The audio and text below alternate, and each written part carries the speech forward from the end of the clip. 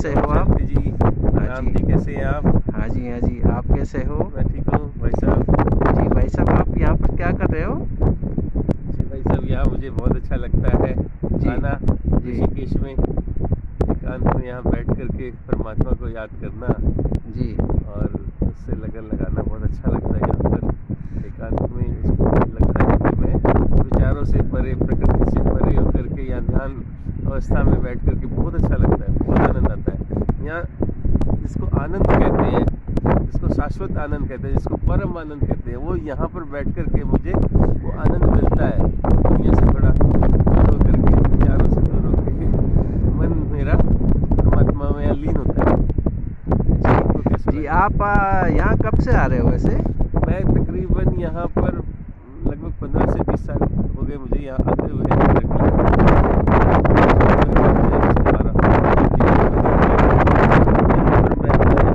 संस्थान बना रहा हूँ जी जी यहाँ पर सेवा के लिए।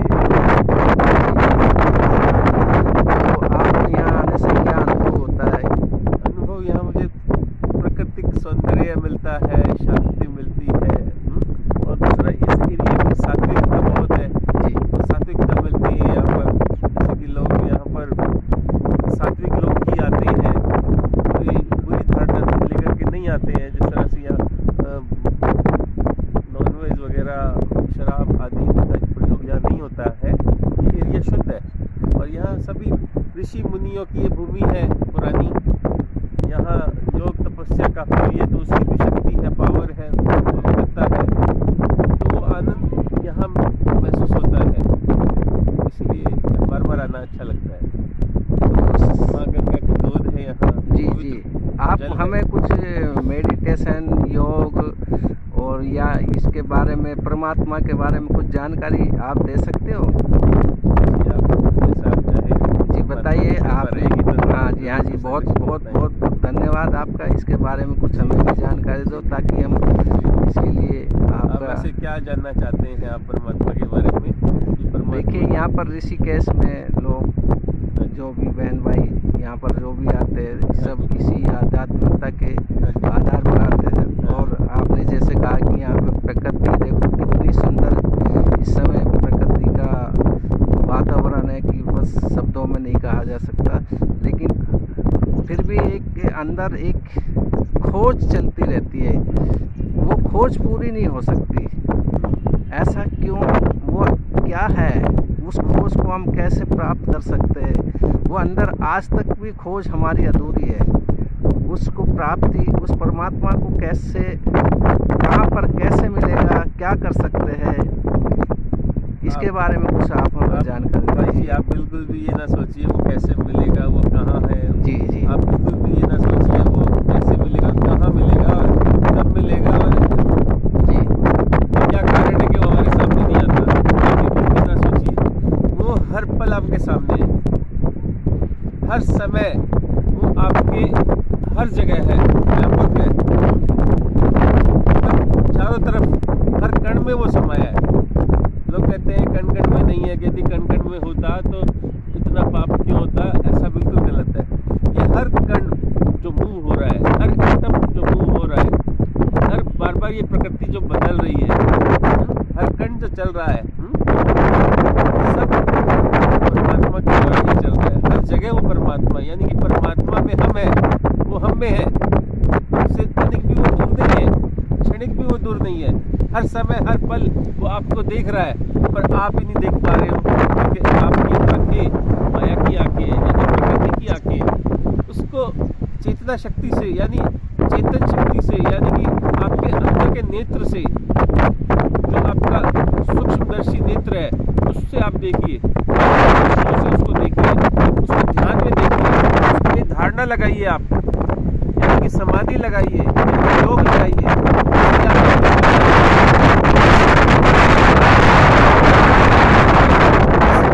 न जाने होकर के आपको दर्शन दे और आप उस आनंद को ग्रहण करें, जिसे परम आनंद कहते हैं। वो एक पल में आ सकता है। बस आपको अपने मन से परे जाना है, यानी मन को शांत करना है, उसको निरुद्ध अवस्था में लाना है, यानी एकाग्रता लानी है अपने मन में।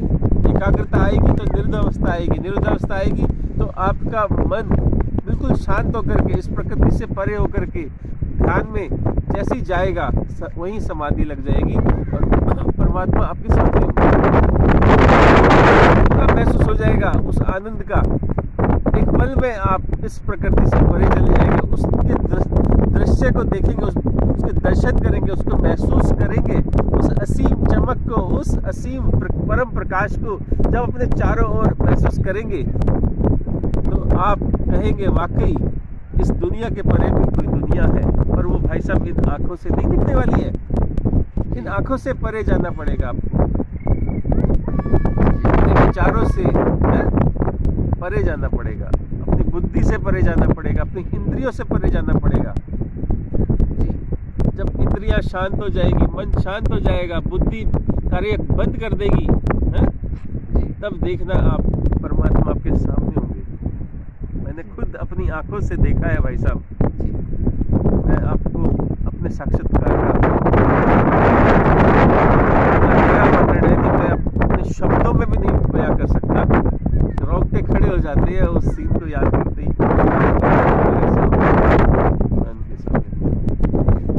तो वो हर जगह, हर समय, हर पल आपके सामने है, बस आप ही देख पा रहे हैं, वो सबको देख रहा है। तो आप बिल्कुल भी ये ना सोचिए कि वो आपसे दूर नहीं है, वो आपके सामने, हर पल सामने है, आपकी आत्मा के सामने है। तो आप आत्मा और परमात्मा का रिश्ता हमेशा का है, अनादि है, हमेशा का है, हमेशा काल का है। बस ये शरीर है, शरीर बार बार अपना चोला बदलता है, यानी जैसे हम वस्त्र बदलते हैं, कपड़े बदलते हैं, तो इसी तरह हमारा चेहरा बदलता है हमारे संस्कारों के कारण, हमारी सोच के कारण। ये प्रकृति भी एक सोच है, हमारी सोच का कारण है, हमारे यहाँ जन्म लेना भी एक सोच है, ये दुनिया भी एक सोच है, सोच से ही बनी है। आप सोच से परे जाइए, दुनिया का आनंद लीजिए, जो अमर दुनिया है, अमर लोग जिसे कहते हैं, जिसे जन्नत कहते हैं, जिसे परम प्रकाश की दुनिया कहते हैं, उसको अपने अंदर महसूस कीजिए ना। हम परमात्मा को बाहर ढूंढते हैं, बाहर कैसे मिलेगा? सोचते ब्रह्मांडों के पार मिलेगा, अनंत दुनिया के पार मिलेगा, पार नहीं मिलेगा, वो हमारे अंदर मिलेगा। हमारे अंदर भी ब्रह्मांड ही है, हम ब्रह्मांड, बहुत बड़ा ब्रह्मांड है, अपने अंदर आप जाइए, जैसे कहते नहीं है यथा पिंड यथा ब्रह्मांडे है, तो ये पिंड भी एक ब्रह्मांड है। इस ब्रह्मांड के अंदर जाइए और अपनी चेतना को ढूंढिए अपनी बुद्धि से। जैसे ही आप जड़ से चेतन को ढूंढेंगे तो चेतन के अंदर जाकर के आप आत्मा में स्थिर होकर के आप धारणा लगा करके ध्यान लगाइए और देखिए आपको परम प्रकाश की दुनिया, जिसे आप जन्नत कहते हैं, जिसे आप परम धाम कहते हैं, जिसे आप नूर कहते हैं, वो आपके अंदर ही समाया है। बस ये है, आप उसको उजागर नहीं कर पा रहे हैं। उजागर कैसे होगा? आपको पवित्रता लानी होगी अपने मन में, अपनी सोच में, अपने विचारों में पवित्रता, आंतरिक पवित्रता जिसे कहते हैं, वो लानी होगी। आंतरिक पवित्रता भी भारी पवित्रता से आती है। पहले भारी पवित्रता आएगी, आपके खान पान में पवित्रता आएगी, अपने विचारों में पवित्रता आएगी। तो पवित्रता और गहरी होगी तो फिर आंतरिक पवित्रता आएगी। सबके लिए आप भला सोचेंगे, सबके लिए आपके लिए करुणा होगी मन में, सबके लिए एक जैसा प्रेम होगा। जब वो शाश्वत प्रेम आएगा आपके मन में, जब वो करुणा आएगी, समझ लेना परमात्मा जल्द ही आपके सामने दर्शन देने आने वाले हैं। बस आपको ट्रैक पे तो आना पड़ेगा, जैसे एक ट्रेन आपको ट्रैक पर ही तो मिलती है, वहाँ से नहीं मिलेगी। जब आप स्टेशन पे जाएंगे, ट्रैक पे बैठेंगे, स्टेशन पे ट्रैक पे तो आएगी ट्रेन। इसी तरह आपको समाधि पे बैठना पड़ेगा ना, आपको ध्यान लगाना पड़ेगा ना, आपको योग करना पड़ेगा ना। जब आत्मा परमात्मा का योग करेगी तभी तो दर्शन होंगे। दर्शन को ही तो समाधि कहते हैं, जब दर्शन होंगे, परमात्मा सामने होंगे, उसी को समाधि कहेंगे। लेकिन योग को समाधि को न जाने क्या क्या सोचते हैं, समा जाना और न जाने क्या है जी, किस में समाना है? आत्मा जब इस प्रकृति से परे जी उस परम प्रकाश में समाती है, ध्यान लगाती है, जब वो सामने आता है नूर है, परम प्रकाश, वो चमक, वो ऐसा बादल है, ऐसा प्रकाश है जो इस प्रकृति को अपने अंदर समेटे हुए है। ये तो कुछ भी नहीं है, एक क्षणिक, एक दाने के समान है प्रकृति। वो तो अनंत, बहुत बड़ा परम प्रकाश है। वो उस प्रकाश के अंदर ही सारा नूर समाया है। आत्मा और परमात्मा सब उसी के अंदर है। वो एक दूसरे से कभी जुदा नहीं होते, कभी अलग नहीं होते। हम तो बस क्या है, प्रतिबिंब है उस आत्मा कहते हैं।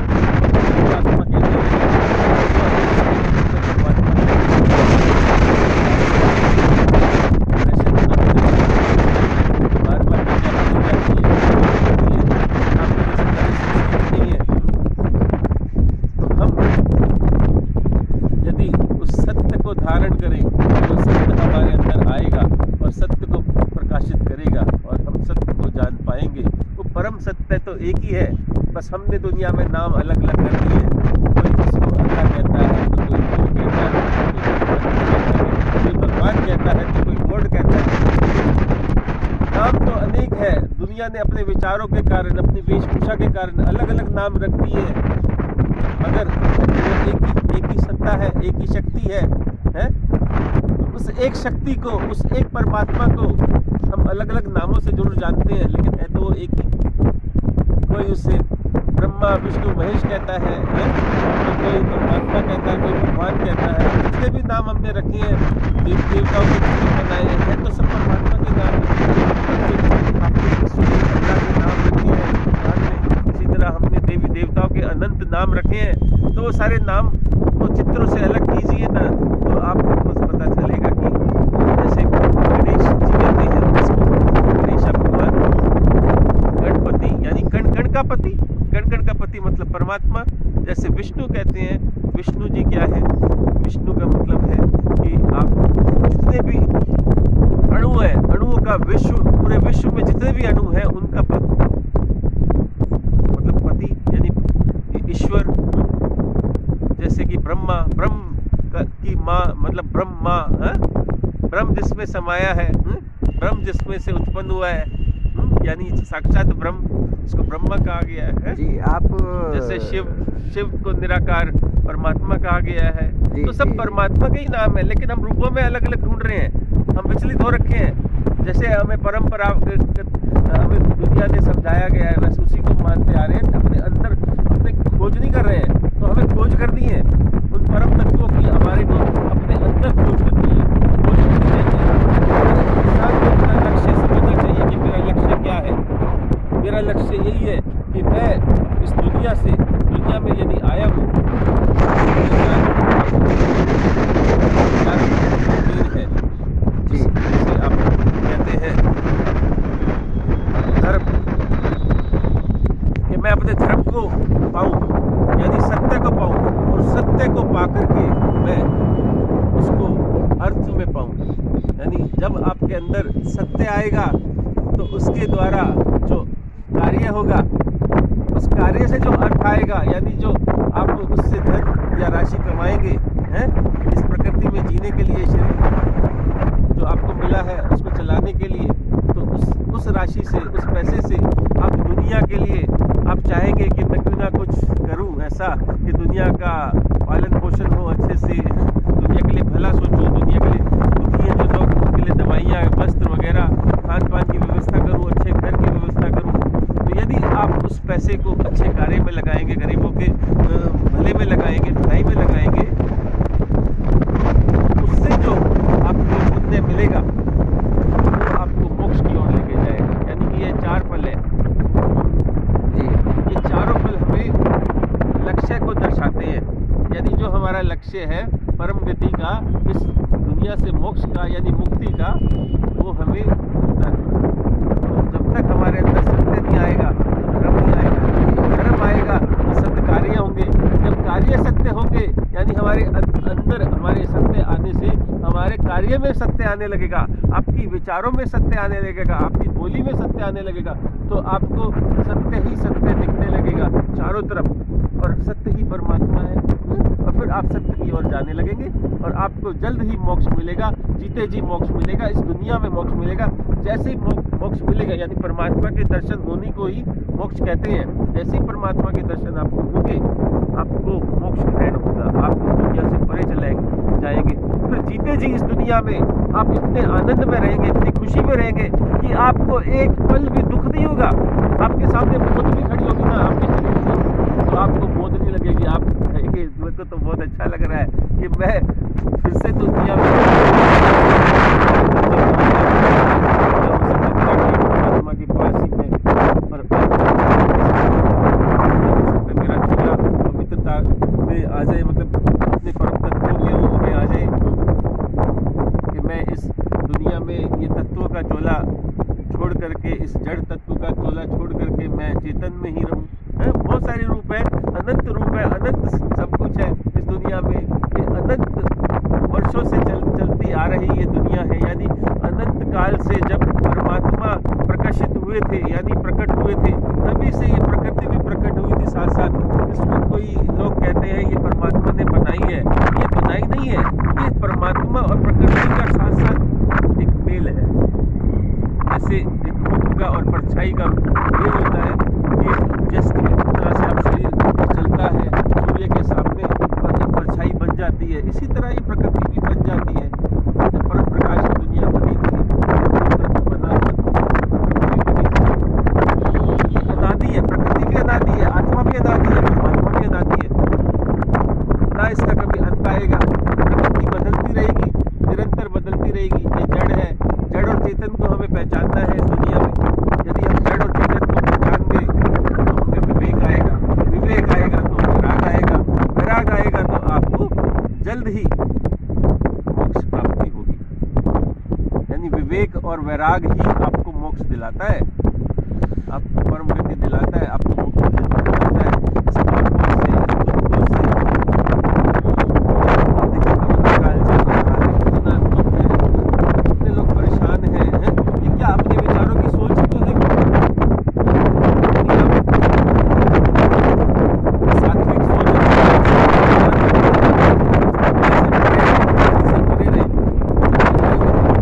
शरीर को तो छूता है, बीमारियां शरीर को तो आती है, आत्मा को तो कुछ नहीं, आत्मा तो निर्मल है। आनंद लीजिए, बैठिए, क्या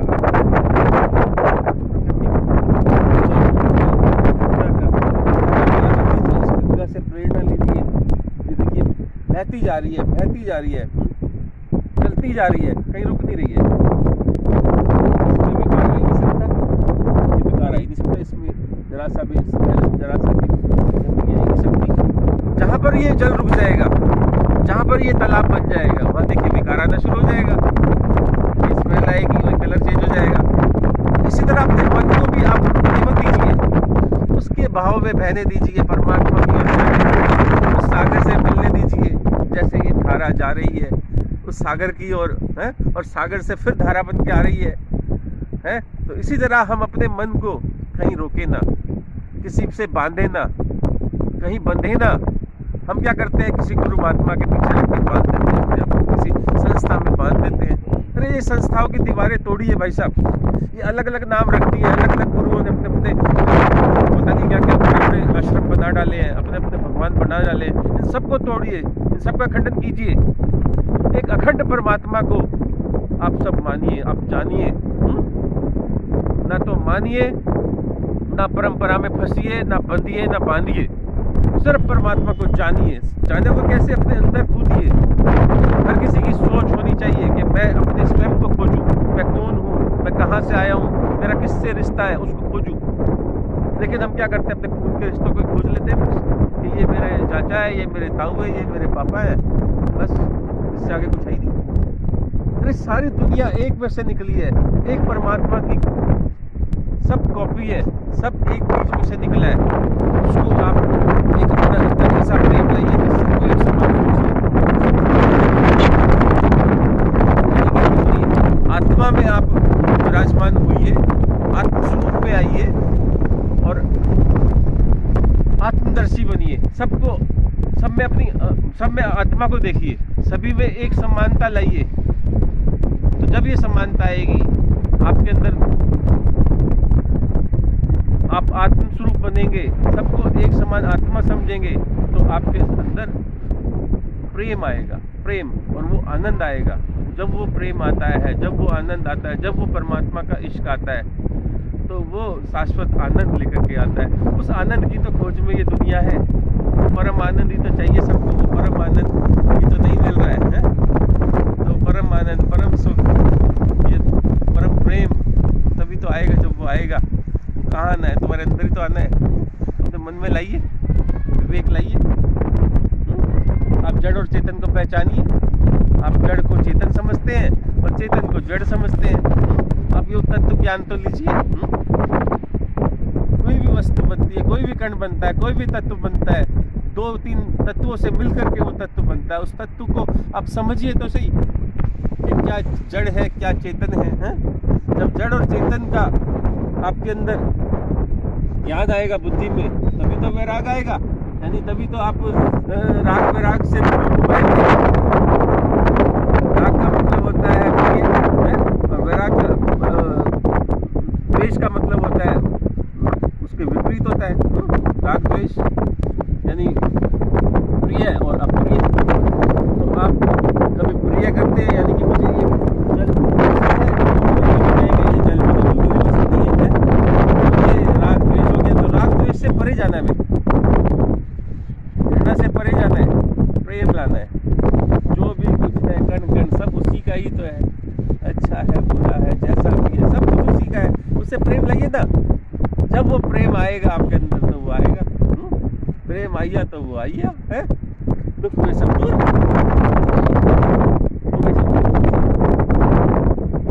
आपका बहुत बहुत बहुत बहुत धन्यवाद। कुछ पूछिए प्रकाश जी। आपने इतना जो ज्ञान दिया है और जो समझ दी, आज तक हमें इसके बारे में किसी ने बताया भी नहीं, आपकी जानकारी थी। जानना चाहिए आपको, सूक्ष्म शरीर जानना चाहिए आपको, कारण शरीर जानना चाहिए। अच्छा, हाँ जी, हाँ। एक क्वेश्चन हमारे, मतलब एक सवाल हमारे घूमता रहता है।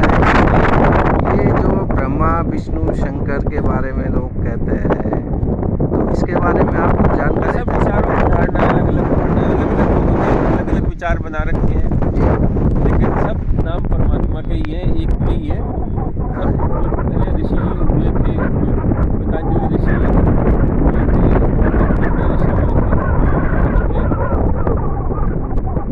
बहुत बड़े बड़े लिखे हैं, वेद लिखे हैं। वेदों को मानिए। इस दुनिया में सबसे सत्य एक ही चीज है, वो है वेद। यदि आपको किसी भी चीज को कंपैरिजन करना है, यानी कि अपने अंदर खोज करनी है, विचार कुछ दिख रहा है या उसको आप किसी से वेदों से आप जानेंगे तो आपको सत्य का पता चलेगा, क्योंकि वेद ही इस दुनिया में सत्य है। बाकी सब मन की बातें हैं, सब मन गणित बातें हैं। वेद बिल्कुल सत्य है। वेदों के आप साथ चलिए, वेदों को आप धारण कीजिए। अपने मन में वो विचार लाए, वेदों वाले पढ़ने के बाद जब वो विचार आएंगे आपके अंदर, तो आप सत्य की ओर जाएंगे, आप प्रकाशित होंगे। प्रकाश आपके अंदर आना बहुत जरूरी है। आप देखिए, नाम में तो प्रकाश नहीं है, अपने मन में भी प्रकाश लाइए, तभी आपका जीवन सिद्ध होगा, ये लक्ष्य पूरा होगा, इस दुनिया से परे जाने का। इस दुनिया में रहिए और इस दुनिया से परे भी रहिए, तो दोनों दुनिया एक साथ आपको मिलेगी। यदि आप इस दुनिया में, इस भौतिक दुनिया में रहेंगे और उस दुनिया में नहीं रहेंगे, तो आप एक दिन पशु समान बन जाएंगे। जैसे पशु एक चलता है ना सर नीचे करके, बस वो क्या करता है, यहीं तक देख पाता है जहाँ तक उसकी दृष्टि जाती है, दूर दृष्टि नहीं जा पाती है। आप दूर दृष्टि को यदि पाना चाहते हैं तो दूरदर्शी बनिए। दूरदर्शी कैसे बनेंगे? एक इंसान बनिए। इंसान वही होता है जो दूरदर्शी होता है। सोचता है, जो दूर की सोचता है आने वाले आपके समय की सोचता है, आने वाले जन्म की सोचता है, अगले जन्म की सोचता है। लेकिन पशु क्या होता है, वो उसी समय पल के समय सोचता है कि बस मुझे ये पेट भर जाए, मेरे को भोजन मिल जाए, मेरा आज का पेट भर जाए, बस मेरे बच्चों का हो जाए, मेरे परिवार का हो जाए, बस इससे ज़्यादा उसे कुछ मतलब नहीं है। आप दूर की सोचिए ना, अगले जन्म की सोचिए ना कि मैं कौन शरीर के बाद कौन सा शरीर मिलना है, मुझे जाना कहाँ है, क्या रास्ता है मेरे को जाने का, इस संसार से परे जाने का, दूसरा संसार कौन सा है, किस संसार से मैं आया हूँ, किस संसार में मुझे जाना है। आप वो सोचिए तो, अपने अंदर विचार लाइए ना कि मैं कौन हूँ, कहाँ से आया हूँ, कौन हूँ, मतलब मैं आत्मा हूँ या जीव हूँ, क्या हूँ मैं।